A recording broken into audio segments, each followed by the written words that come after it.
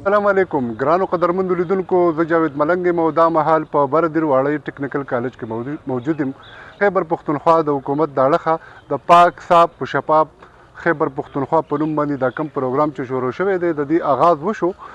قدرمندو لیدونکو، په بردیر کې په 14 ویلج کونسلو کې چې دی دغه لوډرې به تقسیمیږي او اغیزګي خلکو ته به ورګي. خیبر پښتونخوا حکومت دغه کار ته د دې ځای خلک په کم نظر باندې ګوري.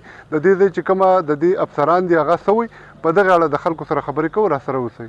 نوم وسیم حیدر دی، ایز اسسټنټ انجینیر لوکل ګورنمنت تحصیل واړی کې کار کوم. دا نن چې کومه زموږ دلته پروګرام دی دا په تحصیل واړی کې د حکومت خیبر پښتونخوا د طرف نه د پاک صاف او شفاف خیبر پښتونخوا مهم چې کوم دی د هغې افتتاح ده.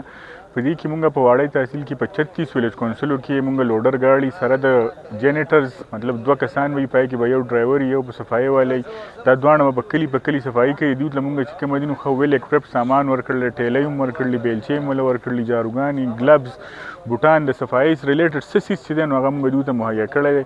دا د حکومت خیبر پښتونخوا یو احسان مهم دی د دې دپاره چې مونږ کوم مخکې اربن ایریاز چې هلته خو به الریډي صفایانې کېدې، خو د دې مهم دغه دا دی چې زموږ کلي چې کوم دي او کوم دیهاتي علاقې دي هلته زموږ د صفایي مهم شروع شي او زموږ عوامو ته پاک او شفاف ماحول چې کوم دی نو دا مهیا شي. زما خو نوم شازور خان دی او د وی سی د سکول سره مې تعلق دی.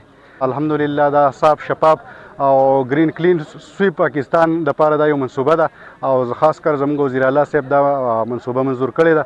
مونږ د وزیر اعلی صاحب ډیر زیات مشکور یو او ورسره زموږ د کومه لوکل قیادت چې کومه د ایم ان ای صاحب، ایم پی ای صاحب، تحصیل چیرمن صاحب، دا غو هم ډیر زیات مشکور یو او ان شاء الله زموږ امید ده چې د دې پروګرام سبا زموږ په علاقو کې پوره تبدیلی راشي، ځکه چې دا د صفایي یو مهم دی او صفایي د ایمان حصه ده.